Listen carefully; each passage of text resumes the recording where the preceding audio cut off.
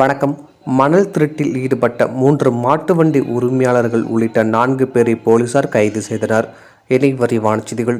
அரியலூர் மாவட்டம் தாப்பலூர் அருகே உள்ள சுத்தமல்லி பெரிய ஓடையில் மாட்டு வண்டிகள் மூலம் மணல் திருடப்படுவதாக தாப்பலூர் போலீசாருக்கு ரகசிய தகவல் கிடைத்ததன் பெயரில் தாப்பலூர் போலீசார் சுத்தமல்லி முக்கிய சாலையில் வாகன தணிக்கையில் ஈடுபட்டிருந்தனர்.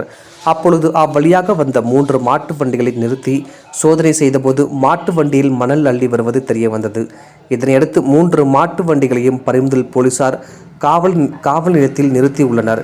மேலும் மாட்டு வண்டி உரிமையாளர்களான மானத்திரியான்பட்டினம் கிராமத்தை சேர்ந்த சுரேஷ், அறிவானந்தம் மற்றும் காங்கேயன்குறிச்சி கிராமத்தை சேர்ந்த மணியரசன் ஆகிய 3 பேரையும் போலீசார் கைது செய்தனர்.